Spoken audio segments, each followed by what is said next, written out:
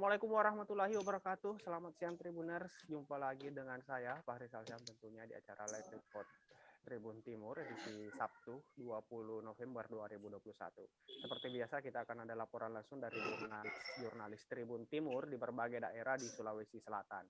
Dan pada hari ini kita akan ada laporan dari jurnalis Tribun Timur di Kota Makassar, Kabupaten Luwu Timur, dan Kota Parepare. Baik, Tribuners, kita beralih ke berita pertama, Tribuners. Pengurus cabang Nahdlatul Ulama Sulawesi Selatan mulai menyatakan dukungannya untuk calon ketua umum PBNU dalam gelaran Muktamar NU yang akan datang. Sebanyak 17 PCNU hadir pertemuan dengan tim pemenangan Prof. Kiai Haji Said Akil Siraj di Hotel Novotel Makassar Jumat kemarin. Tampaknya 17 atau PCNU di Sulawesi Selatan sudah bulat menyatakan dukungannya pada Prof. Kiai Haji Said Akil Siraj. Untuk informasi lebih jelasnya, Tribunar sudah terhubung bersama kami, jurnalis Tribun Timur di Kota Makassar, ada Ari Mariadi. Halo Ari Mariadi, selamat siang. Halo, selamat siang Kak Farisal. Baik, Ari, bursa calon ketua umum untuk PBNU sudah mulai bergulir atau memanas di berbagai daerah termasuk di Sulawesi Selatan, Ari. Terbaru kemarin 17 PCNU di Sulsel menyatakan dukungan pada calon ketua. Bagaimana Ari Mariadi jalannya pertemuan dengan Prof. Haji kemarin? Jadi baik, terima kasih Kak Farisal. Jadi ini menjelang Muktamar Pengurus Besar Nahdlatul Ulama, salah satu dari tim pemenangan dari salah satu kandidat, yaitu tim pemenangan dari Kiai Haji Said Akil Siraj, datang mengadakan pertemuan di Kota Makassar, tepatnya di Hotel Novotel. Nah, sejatinya penyampaian dari tim ini mereka mengundang seluruh 24 cabang ditambah satu wilayah untuk agenda silaturahmi.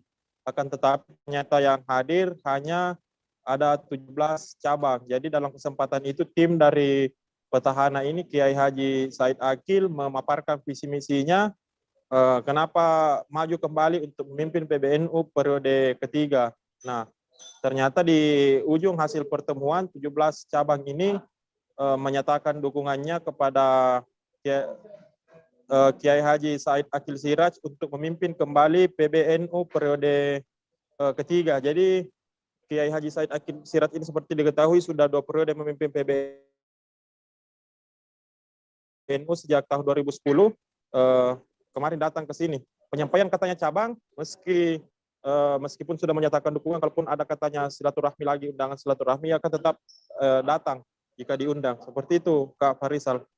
Baik, Ari Mariadi, dengan pertemuan 17 cabang kemarin dengan tim pemenangan Prof. Haji Said kemarin, bagaimana dengan arah dukungan pemilik suara di Sulsel? Seperti kita ketahui ada beberapa cabang yang tidak hadir kemarin.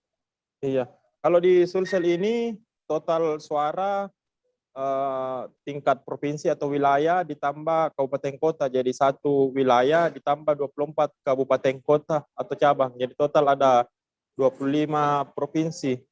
Maka sejauh ini ada 17 menyatakan dukungan ke Kiai Haji Said Akil Siraj, maka masih ada sekitar 8 lagi yang belum menyatakan dukungannya. Seperti kita ketahui, yang ramai diberitakan di publik ini ada 2 nama yang bersaing. Selain Kiai Haji Said Akil Siraj, ada juga nama Kiai Haji Yahya Stakuf.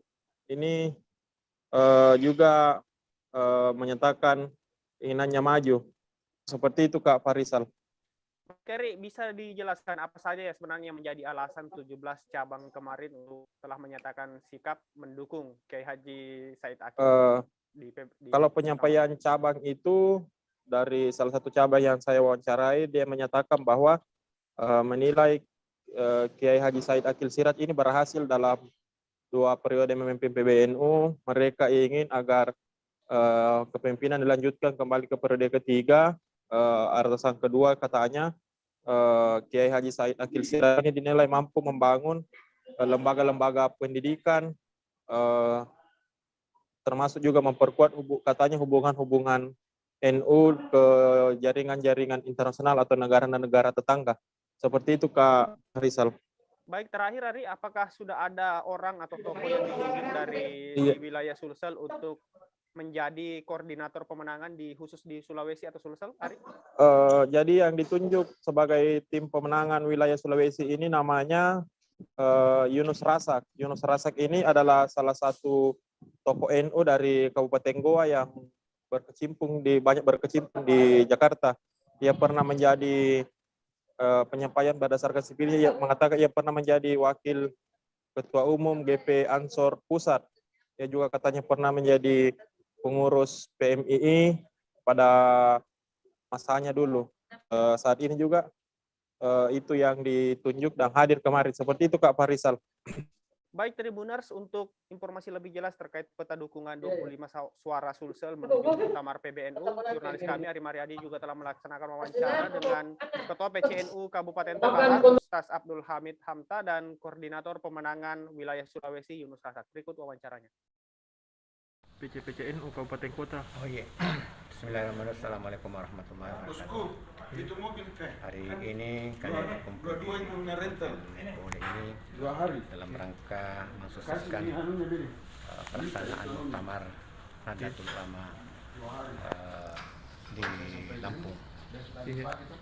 Hari ini kita hanya melaksanakan atau melakukan silaturahmi dari tim salah satu kandidat untuk maju di dalam muktamar yang akan datang. Kami selaku pimpinan cabang, siapapun yang ingin berkomunikasi, ingin bersilaturahmi dengan cabang yang ada di Sulawesi Selatan, saya kira tidak ada salahnya kita sama-sama untuk bersilaturahmi demi kejayaan NU. Insya Allah yang akan datang. Untuk hari ini yang nanti datang adalah tim dari salah satu kandidat, yaitu tim Rampi Haji Adil Siraj, dan hadir beberapa cabang dari Sulawesi Selatan ini. Kira ada 17 cabang yang mendengarkan pemaparan dari tim yang tim dari Pak Adil Siraj itu. Ya, insya Allah mudah-mudahan dari hasil ini ada hasil yang bisa dibawa oleh tim menyampaikan kepada Adil Siraj. Saya kira tidak ada masalah karena semuanya adalah cabang NU. Dari dalam 25 suara di Sulawesi Selatan termasuk wilayah, saya kira hari ini ada 17 yang pada umumnya mengalihkan pilihannya kepada Pak Adil Siraj. Oh, 17 ya? Dari 25? Dari 25 termasuk wilayah. Iya. Wilayah. Pak, ini agendanya terkait dengan muktamar NU di Lampung, insya Allah. Silaturahmi dengan PCNU se-Sulawesi Selatan untuk mendengarkan pertama kondisi NU di Sulawesi Selatan seperti apa, dan mereka sudah menyampaikan secara terbuka kepada tim kami, tim Said Akil Siraj, sebagaimana teman-teman ketahui bahwa ada 2 calon ketua umum PBNU ke depan. Yang pertama adalah Kiai Said Akil Siraj, ketua umum yang sekarang. Kemudian yang kedua adalah Gus Yahya. 2 orang inilah yang sampai hari ini dipastikan juga membangun komunikasi dengan cabang-cabang yang ada di Indonesia. Nah, hari ini tim kami, Pak Lukman Edi, mantan Menteri Desa, kemudian Pak Marwan Japar juga mantan Menteri Desa, sama Pak Kadir Karding, dan saya sebagai Kapolri Sulawesi mendatangi Sulawesi Selatan. Dan kami sudah mendengar aspirasi mereka. Tugas kami adalah menyampaikan apa yang sampai sekarang dilakukan oleh Ketua Umum Said Akil Siraj sebagai tim, ya, bahwa kenapa kami Demikian tadi wawancara jurnalis Tribun Timur Ari Mariadi dengan Ketua PCNU Takalar dan Korwil Pemenangan Wilayah Sulawesi. Baik, terima kasih Ari Mariadi atas laporannya. Kami tunggu update terbaru terkait rencana Muktamar NU khususnya untuk pengurus PCNU di wilayah Sulawesi.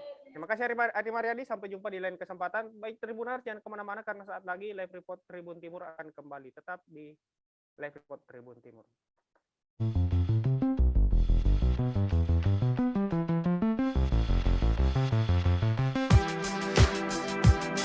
Jalan-jalan ke pantai atau menaiki puncak gunung, melihat dataran indah dan membayangkan lukisan alam Tuhan yang menakjubkan akan tersaji dalam sebuah liputan menarik juga eksklusif.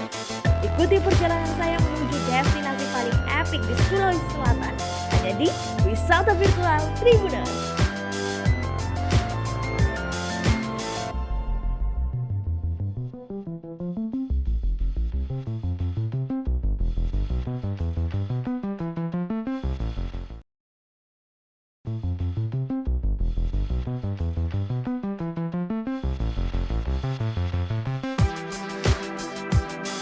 Jalan-jalan ke pantai atau menaiki puncak gunung, melihat dataran indah dan membayangkan lukisan alam Tuhan yang menakjubkan akan tersaji dalam sebuah liputan menarik juga eksklusif. Ikuti perjalanan saya menuju destinasi paling epik di Sulawesi Selatan hanya di Wisata Virtual Tribuners.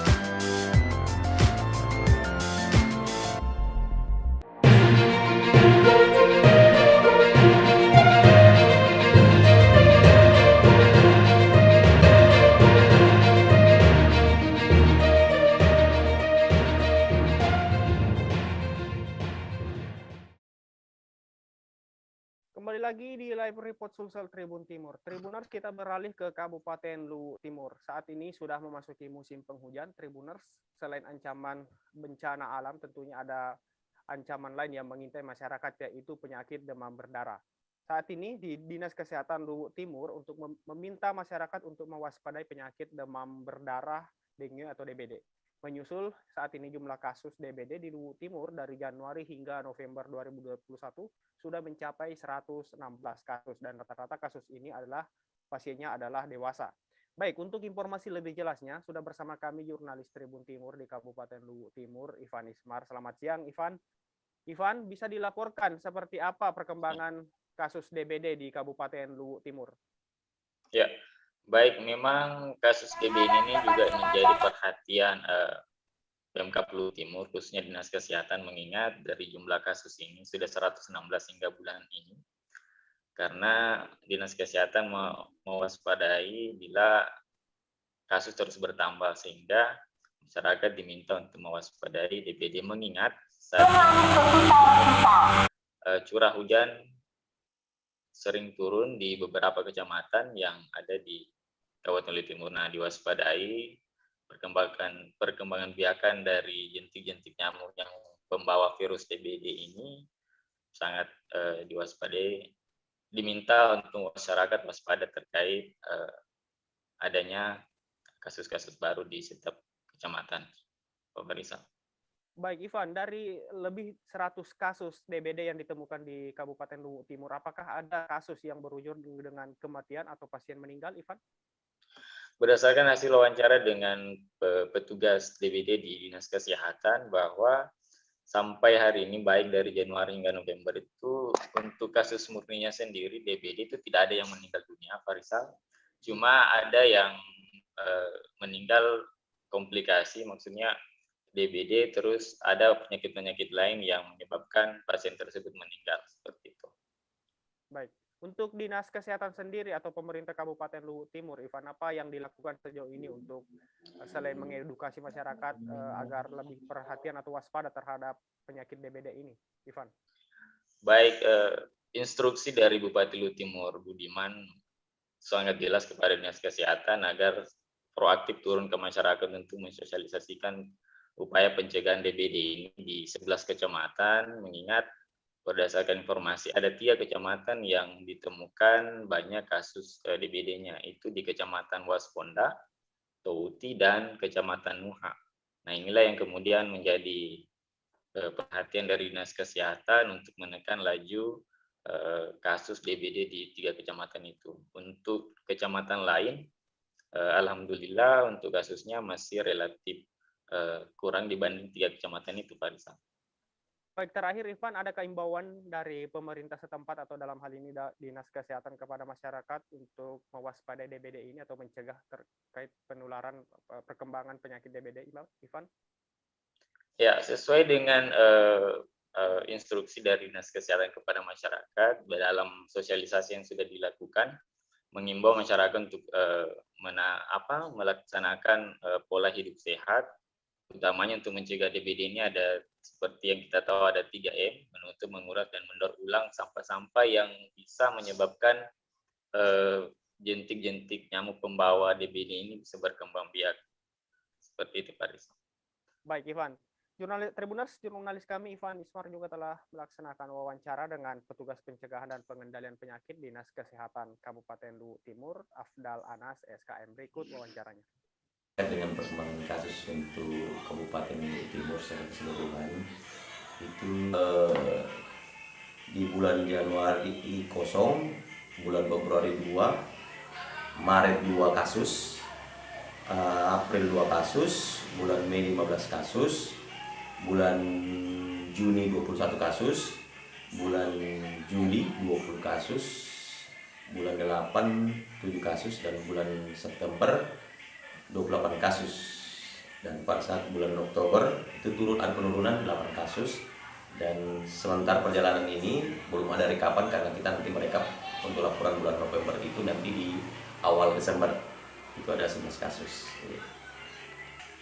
Kalau dari kecamatan-kecamatan apa saja yang berdasarkan data Dinas Kesehatan yang banyak angka kasus DBD-nya, Pak?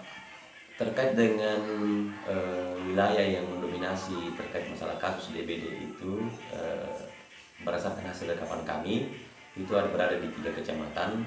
Yang pertama adalah Waspoda, Kecamatan Muha, dan Kecamatan Towuti. Itu untuk wilayah kerja masing-masing PKM itu, Towuti kan ada 4 PKM. Jadi yang di wilayah bekerja kasus ini adalah PKM Wawodula, PKM Nuha, dan PKM Waspoda. Untuk terkait pencegahan dan pengendalian kasus demam berdarah ini, yang pertama kita lakukan itu adalah menerapkan pelaksanaan kegiatan gerakan Satu Rumah Satu Jumantik.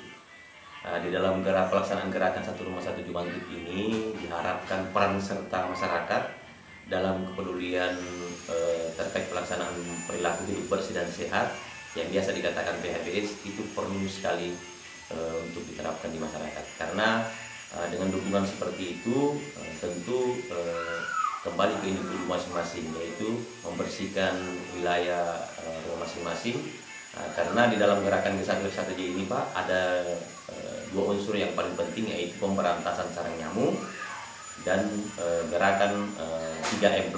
3M+ ini adalah menguras, menutup, dan mendaur ulang bahan-bahan bekas atau barang-barang bekas sehingga tidak menjadi sampah dan menjadi wadah tempat perkembangbiakan nyamuk demam berdarah atau biasanya dikatakan Aedes aegypti. Kalau fogging Pak rutin dilaksanakan? Terkait dengan pelaksanaan fogging itu adalah merupakan langkah terakhir di mana pelaksanaan fogging itu merupakan salah satu alternatif untuk penyebaran kasus. Fogging ini Pak perlu kami jelaskan bahwa pelaksanaan fogging itu hanya untuk mencegah penularannya. Demikian tadi wawancara dengan Afdal Anas SKM, petugas pencegahan dan pengendalian penyakit Dinas Kesehatan Luwu Timur. Baik Ivan, terima kasih atas laporannya. Kami tunggu update terbaru kasus DBD dari Luwu Timur. Baik Tribuners, tetap bersama kami karena saat lagi kami akan kembali di live report Tribun Timur.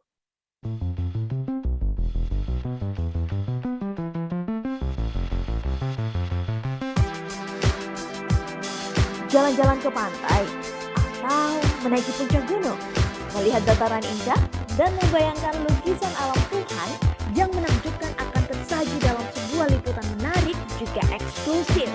Ikuti perjalanan saya menuju destinasi paling epik di Sulawesi Selatan, hanya di Wisata Virtual Tribuners.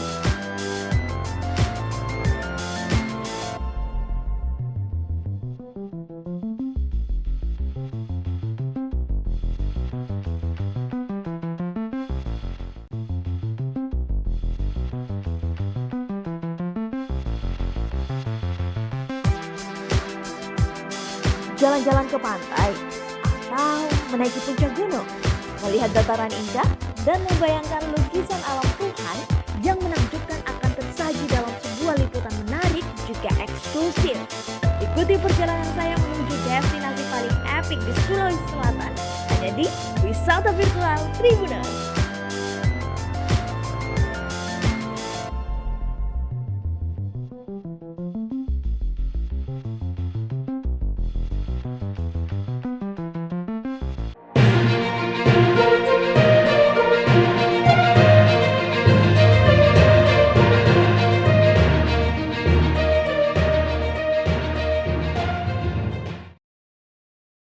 Kembali lagi di live report Sulsel Tribun Timur, masih bersama saya Pak Rizal Syam. Tribuners, kita beralih ke kota Parepare.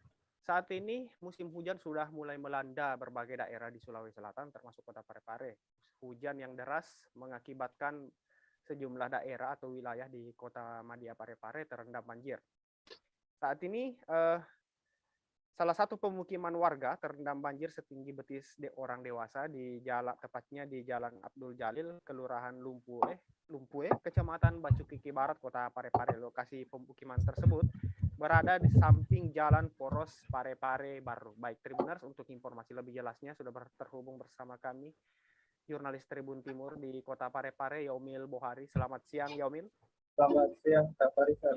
Baik, Yomil, bisa dilaporkan seperti apa update kondisi terkini atau perkembangan banjir yang melanda beberapa daerah atau wilayah di Kota Parepare, Yomil? Oh ya, baik, terima kasih. Lokasi banjir sendiri berada di RW 07 dan RW 08, Jalan Abdul Jalil, Kelurahan Lumpue, Kecamatan Bacukiki Barat, Kota Parepare. Daerah ini sebenarnya sudah menjadi langganan banjir setiap tahunnya. Sejak 8 tahun terakhir, memang daerah ini selalu terendam banjir jika curah hujan tinggi. Kemungkinan ini juga bersebelahan langsung dengan jalan poros. Jadi ketika hujan deras, air yang ada di jalan poros itu masuk ke pemukiman warga. Seperti itu. Baik, Yomil, seberapa tinggi atau kedalaman air yang banjir yang terjadi di wilayah itu, dan apakah warga harus mengungsi dengan adanya banjir yang terjadi di daerah itu, Yomil? Oh ya, baik. Untuk ketinggian air di pemukiman ini bervariasi karena letak geografis pemukiman tersebut yang tidak merata antara satu rumah dengan rumah yang lainnya. Oleh karena itu, ketinggian air jika curah hujan tinggi meningkat jika curah hujan tinggi paling parah itu bisa sampai setinggi perut orang dewasa. Nah, untuk mengungsi sendiri, masyarakat di pemukiman tersebut tidak sampai melakukan pengungsian. Terus sedikit informasi bahwa air berasal dari atas gunung dan tidak adanya saluran yang membawa air keluar dari pemukiman sehingga air tergenang di rumah-rumah warga. Baik, Yomil, bagaimana dengan langkah yang diambil pemerintah setempat atau pemerintah Kota Parepare untuk mengatasi persoalan banjir tahunan yang terjadi di wilayah ini, Yomil? Oh ya, baik. Sejauh ini pemerintah telah membangun drainase yang akan meminimalisir banjir nantinya. Drainase ini sepanjang 1 kilometer sudah dalam tahap pengerjaan. Nah, drainase ini juga kemudian yang akan membawa air yang tergenang atau yang berada di pemukiman warga untuk langsung disalurkan ke laut. Nah, diperkirakan drainase ini akan rampung pada akhir tahun. Baik, Tribuners, jurnalis kami, Yomil juga telah melaksanakan wawancara dengan Ketua Rukun Warga atau Ketua RW 07, Muhammad Taufik. Berikut wawancaranya. Ini tapi bagaimana ini Pak? Kenapa bisa setinggi ini air di sini? Oh, memang hujan ini hari memang terlalu deras jadi ya. Apalagi langganan banjir memang di itu. Oh, langganan memang sini Pak sejak tiap tahun, sejak musim hujan Pak Di. Ini airnya dari mana Pak asalnya? Yang paling deras itu dari gunung. Dari mana? Dari gunung, di atas gunung tuh. Oh. Dari luar juga sudah masuk ke dalam juga. Begitu Pak Di. Ini dengan Bapak siapa ini? Muhammad Taufik. Muhammad Taufik ini sebagai apa Pak? Ketua RW di sini Di.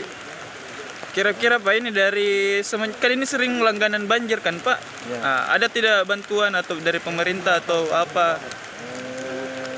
Kalau bantuannya belum ada. Nggak ada. Padahal tiap tahun di. Tiap tahun. Nah, ini kan sudah dikerja drainase juga di depan, tadi untuk selesai jadi ya mungkin. Cuma kendaraan juga dia harus di situ karena ada kerja orang jalanan bikin air ke bawah, bikin ke sampai sini. Biasanya paling tinggi berapa biasa ketinggiannya Pak? Wah, sampai kurang lebih 2 meter. 2 meter di. Kalau itu yang paling tinggi di. Satu hari pasti naik ini tuh. Gitu di Pak. Terus ini biasanya surut. Ya, surut biasanya surut ya kalau kurang lebih 2 hari lah kalau surutnya. Oh, kalau kayak begini tingginya Pak, berapa hari baru turun? Berapa jam baru surut? Kalau 1 hari mungkin karena kita jadi sebagian di depan tuh, mungkin kita sudah surut nih kalau berhenti juga. Oh iya. Makasih Pak. Ya, mantap. Tribuners, demikian tadi wawancara jurnalis Tribun Timur dengan Bapak Muhammad Topik, Ketua RW 07 di salah satu daerah di Kota Parepare yang terendam banjir. Baik Yomil, terima kasih atas laporannya hari ini. Semoga banjir dapat segera surut di Kota Parepare dan kami tunggu update terbarunya. Terima kasih Yomil. Tribuners, demikian live report hari ini. Seperti biasa kita akan berjumpa di lain kesempatan, tentunya tetap di waktu yang sama setiap pukul 14 WITA dan tetap juga di channel YouTube Tribun Timur dan fanpage Facebook Tribun Timur Berita Online Makassar. Baik, saya Pak Rizal Syam dan segenap kru yang bertugas di studio hari ini pamit undur diri, sampai jumpa di lain kesempatan. Tetap jaga kesehatan dan assalamualaikum warahmatullahi wabarakatuh.